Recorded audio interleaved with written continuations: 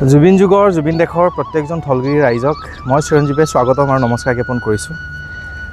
আচলতে ক'ত থিয় হৈ আছোঁ, কোনখন থাপনাৰ কাষত থিয় হৈ আছোঁ, কাৰ ওচৰত আছোঁ আৰু মোৰ লগত কোন কোন আছে আপোনালোকে সকলোৱে অৱগত। দুখন চিনাকি মুখ আৰু হাতত এগচি চাকি, খুব বিখ্যাত গান জ্বলোৱা চাকি গছি মোৰ হয়।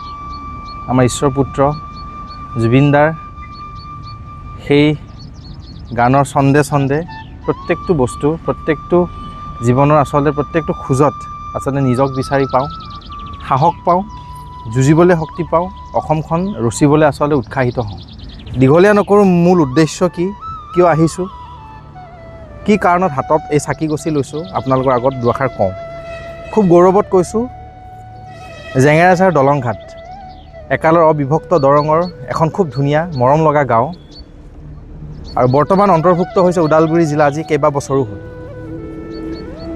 আৰু প্ৰশান্ত আছে, আমাৰ ভিগুদা আছে। চ' প্ৰশান্তই সেই 19 তাৰিখৰ পিছত সেই যিদিনাখন এইখন চিতাত দাদাক শেষবাৰৰ বাবে আচলতে ৰাইজে চাইছিলে, তেতিয়াৰ পৰা এই ল'ৰাজনে দিনে নিশাই নিস্বাৰ্থভাৱে সেই ভগৱানজনক আচলতে নিজে পূজাৰী হৈ পেলাই সেৱা কৰি আহিছে। আৰু মই যিজন মানুহৰ হাতত ধৰি পেলাই মানুহ হ'বলৈ শিকিলোঁ, নিজক দুআষাৰ ক'বলৈ আচলতে সাহস গোটাব পৰা হ'লোঁ। তেখেতৰ সেই সৃষ্টি, তেখেতৰ সেই অৱদান, তেখেতে দিয়া মোক যিখিনি, তেখেতে মোৰ আজিলৈ চিৰঞ্জীৱৰ পৰা চিৰঞ্জীৱক বনোৱালে যিখিনি তেখেতৰ অৱদান, আচলতে তেখেতৰ সান্নিধ্য পোৱাৰ পিছত যিখিনি শিকি পেলাই ডাঙৰ হ'লোঁ। আৰু মই ভাবোঁ যে মই তেজৰ সম্পৰ্ক নহ'লেও যেন ক'ৰবাত নহয় ক'ৰবাত অনুভৱ কৰোঁ মই তেখেতৰে ক'ৰবাত নহয় ক'ৰবাত পুত্ৰ। ভাই হিচাপেও পাইছোঁ, দাদা হিচাপেও পাইছোঁ, বন্ধু হিচাপেও পাইছোঁ, গুৰু হিচাপেও পাইছোঁ, ভগৱান হিচাপেও আমি পালোঁ। আৰু এই চাকিখিনি ৱেষ্টেজ হৈ আছে, এইফালে হাজাৰ হাজাৰ চাকি জ্বলি নোহোৱা হৈ গ'ল, ছাই হৈ গ'ল।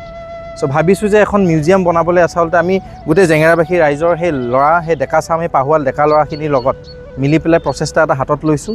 এখন মিউজিয়াম য'ত জুবিনদাৰ বিভিন্ন আচলতে নিজৰ বস্তু, জুবিনদাৰ ফটোৱে হওক, জুবিনদাৰ জোতাযোৰে হওক, জুবিনদাৰ চোলাটোৱে হওক বা টুপিটোৱে নহওক কিয়, লগতে বিশেষকৈ এই চাকিভাগ, এই যিমানখিনি আছে গোটেইখিনি আমি নিবলৈ নোৱাৰিম।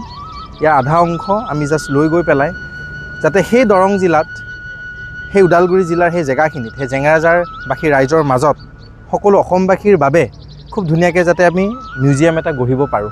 আমাক শক্তি লাগে। মই অকলে নোৱাৰোঁ কাৰণে আমি বুলি কৈ আছোঁ বাৰে বাৰে, কাৰণ অকলে মাত মাতি আছোঁ, চিঞৰি আছোঁ, জাষ্টিছৰ হকে মাত মাতি আছোঁ, ন্যায় বিচাৰি আছোঁ। এতিয়ালৈকে আমি ন্যায় নাই পোৱা, কিন্তু আশা বিশ্বাস এই চৰকাৰ তথা আইনে আমাক ন্যায় দিব। আৰু এটা বিশ্বাস যে জুবিন দাই নিজে ন্যায় ল'ব। কথাটো হ'ল, য'ত এখন পুথিভঁৰাল থাকিব, মিউজিকেল হিলিং চেণ্টাৰ এটা থাকিব, 100-200 কণ ল'ৰা ছোৱালী, বিশেষকৈ অবিভক্ত দৰং তথা ওদালগুৰি জিলাৰ যিমানখিনি ল'ৰা ছোৱালী আছে, বিনামূলীয়া আমি যাতে প্ৰশিক্ষণ দিব পাৰোঁ গীত মাতৰ, দাদাৰ সেই গান, দাদাৰ সেই আদৰ্শ যাতে তেওঁলোকৰ বুকুত আমি সজীৱকৈ ৰাখিব পাৰোঁ, সেইটোৱে আমাৰ প্ৰচেষ্টা। আহিবলগীয়া চাম আমি কথাৰে নহয়, দাদাই কয় কথাৰে নহয় বন্ধু কামেৰে। আৰু কিতাপ নপঢ়া জাতিক গামোচাই ৰক্ষণাবেক্ষণ দিব নোৱাৰে বা বচাব নোৱাৰে। চ' সেইবোৰ শ্লোগান, সেইবোৰ কোট, সেইবোৰ কথা আখৰে আখৰে পালন কৰিম বুলি ভাবি আমি আগুৱাই আহিছোঁ। এই চাকিখিনি আমি আজি লৈ যাব ওলাইছোঁ।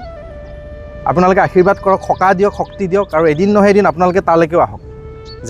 জেঙেৰাঝাৰ বুলি কয়, মই গোটেই লোকেশ্যন গুগল মেপত গোটেইখিনি মই দিম। আমাৰ হাতত 3 মাহ 4 মাহ লাগিব গোটেইখিনি, যিহেতু নাম দিছোঁ প্ৰজেক্ট জুবিনলেণ্ড। চ' গোটেই প্ৰকল্পটো কৰোঁতে নিজৰ গাঁঠিৰ ধন ভাঙি পেলাই আমি গোটেইখিনি আচলতে মিলি পেলাই কৰি আছোঁ। অকণমান সময় লাগিব, দীঘলীয়া নকৰোঁ। আপোনালোকে উদ্দেশ্যটো বুজিছে, আমি কি কৰিব বিচাৰিছোঁ, কেনেকৈ আগবাঢ়িব বিচাৰিছোঁ, কেনেকৈ জুবিন দাৰ সত্তাক জীয়াই ৰখাৰ এটা প্ৰচেষ্টা তথা প্ৰয়াস। এনেকৈ আমি আগুৱাই যাম, দাদাক জীয়াই ৰাখিম, কথাটো তাত। আৰু আজি এই চাকিখিনি আমি ইয়াৰ পৰা লৈ যাম। যেতিয়া আমি উন্মোচন হ'ব বা যেতিয়া আমাৰ সেই বৈ আহি পেলাই ফিতা কাটিব সেই অনুষ্ঠানখনৰ, সেইদিনাখন ইয়াৰ পৰা এগচি চাকি জ্বলাই পেলাই গোটেই ধুনীয়াকৈ অসম চৰকাৰৰ নেতৃত্বত প্ৰশাসনৰ সহায় সহযোগিতা লৈ পেলাই আমি আগুৱাই গৈ পেলাই তাতে এগচি আজীৱন জ্বলাই ৰাখিবলৈ এগচি চাকি আমি ইয়াৰ পৰা লৈ যাবলৈ আমি আচলতে সপোন ৰচিছোঁ। ৰাইজৰ মৰম লাগিব, আমাৰ জুবিন দা আমাৰ, মোৰ বুলি নহয়, আমাৰ সকলোৰে। চ' সেই সত্তা জীয়াই ৰখাৰ প্ৰত্যেকজন খিলঞ্জীয়া থলগিৰিৰ ধৰ্ম। দীঘলীয়া নকৰোঁ, প্ৰশান্ত আছে, ইয়াক মৰম দি যাওক, আশীৰ্বাদ দি যাওক। সৰু ল'ৰা, মোতকৈও সৰু, কষ্ট কৰি আছে, নিস্বাৰ্থভাৱে ৰাতি দিনে যুঁজি আছে। অসমবাসীয়ে খুব মৰম দিছে, যোনে আহিছে মৰম দি পেলাই গৈছে। মুঠতে চৰকাৰখনেও যাতে ইয়াক চকু মেলি চাওক। পূজাৰী হিচাপে যিহেতু এখেত ওলাই আহিছে, দাদাৰ এই চিতাখন যাক আমি থাপনা বুলি গণ্য কৰোঁ, চ' এখেতক যাতে আজীৱন আমি এইখন সমাধি ক্ষেত্ৰত জুবিন ক্ষেত্ৰত আমি যাতে দেখিবলৈ পাওঁ চৰকাৰক আচলতে মোৰ ফালৰ পৰা অনুৰোধ আৰু ৰাইজেও চাগে ভাল পাইছে কথাখিনি শুনি আৰু আমি বিচাৰোঁ ইয়াক এনেকৈ আমি ইয়াতে দেখাটো দীঘলা নকৰোঁ জয় অসম জয় জুবিন দা আজি লৈ যাব ওলাইছোঁ আশীৰ্বাদ কৰিব ভৱিষ্যতলৈকে যেনেকৈ ইয়ালৈ আপোনালোকে আহে জেঙেৰাবাসী ৰাইজৰ মাজত আপোনালোকে এদিন নহয় এদিন যাব আৰু জুবিনময় পৰিৱেশ দিবলৈ আমি প্ৰয়াস কৰিছোঁ আপোনালোকে আমাক উৎসাহ দি যাওক ধন্যবাদ